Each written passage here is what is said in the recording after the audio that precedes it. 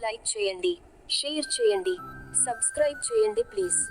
జీవిత పోరాటాలు. ఒకప్పుడు ఒక కూతురు తన జీవితం దుర్భరంగా ఉందని, ఎలా ఉండబోతోందో తెలియడం లేదని తండ్రికి మొరపెట్టుకుంది. నిత్యం పోరాడి అలసిపోయింది. ఇది ఒక సమస్య పరిష్కరించబడినట్లుగా అనిపించింది. మరొకటి వెంటనే అనుసరించింది. ఆమె తండ్రి, ఒక చెఫ్, ఆమెను వంటగదికి తీసుకెళ్లాడు. అతను 3 కుండలను నీటితో నింపి, ఒక్కొక్కటి నిప్పు మీద ఉంచాడు. 3 కుండలు ఉడకబెట్టడం ప్రారంభించిన తర్వాత, అతను ఒక కుండలో బంగాళాదుంపలను, 2వ కుండలో గుడ్లు మరియు 3వ కుండలో గ్రౌండ్ కాఫీ గింజలను ఉంచాడు. అతను తన కుమార్తెతో ఒక్క మాట కూడా మాట్లాడకుండా వారిని కూర్చోబెట్టాడు. కూతురు, మూలుగుతూ, అసహనంగా ఎదురుచూస్తూ, అతను ఏమి చేస్తున్నాడో. 20 నిమిషాల తర్వాత అతను బర్నర్స్ ఆఫ్ చేశాడు. అతను కుండలో నుండి బంగాళాదుంపలను తీసి ఒక గిన్నెలో ఉంచాడు. అతను గుడ్లు తీసి ఒక గిన్నెలో ఉంచాడు. ఆ తర్వాత కాఫీని బయటికి తీసి కప్పులో పెట్టాడు. ఆమె వైపు తిరిగి అడిగాడు, కుమార్తె, మీరు ఏమి చూస్తున్నారు? బంగాళదుంపలు, గుడ్లు మరియు కాఫీ. ఆమె హడావిడిగా సమాధానం ఇచ్చింది. దగ్గరగా చూడు, మరియు బంగాళదుంపలను తాకండి.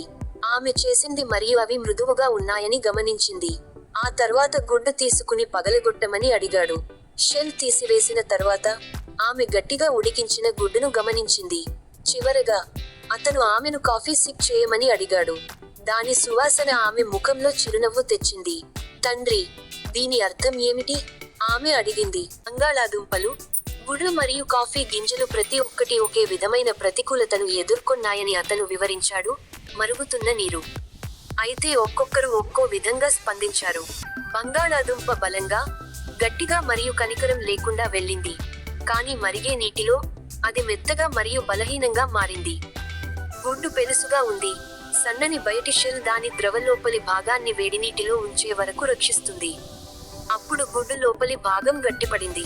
అయితే, గ్రౌండ్ కాఫీ గింజలు ప్రత్యేకమైనవి. మరుగుతున్న నీళ్లకు గురైన తర్వాత నీటిని మార్చి కొత్తదనాన్ని సృష్టించారు.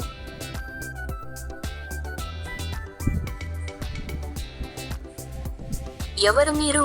అని కూతుర్ని అడిగాడు. కష్టం మీ తలుపు తట్టినప్పుడు, మీరు ఎలా స్పందిస్తారు? మీరు బంగాళాదుంప, గుడ్డు లేదా కాఫీ గింజవా? నీతి.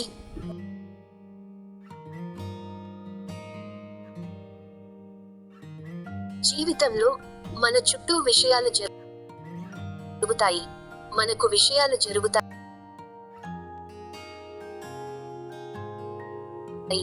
కానీ మీరు దానికి ఎలా ప్రతిస్పందించాలనుకుంటున్నారు మరియు దాని నుండి మీరు ఏమి చేస్తారు అనేదే నిజంగా ముఖ్యమైన విషయానికి.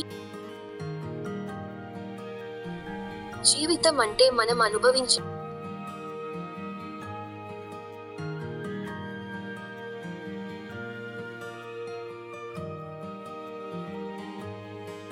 అన్ని పోరాటాలను సానుకూలంగా మార్చడం, స్వీకరించడం మరియు మార్చడం.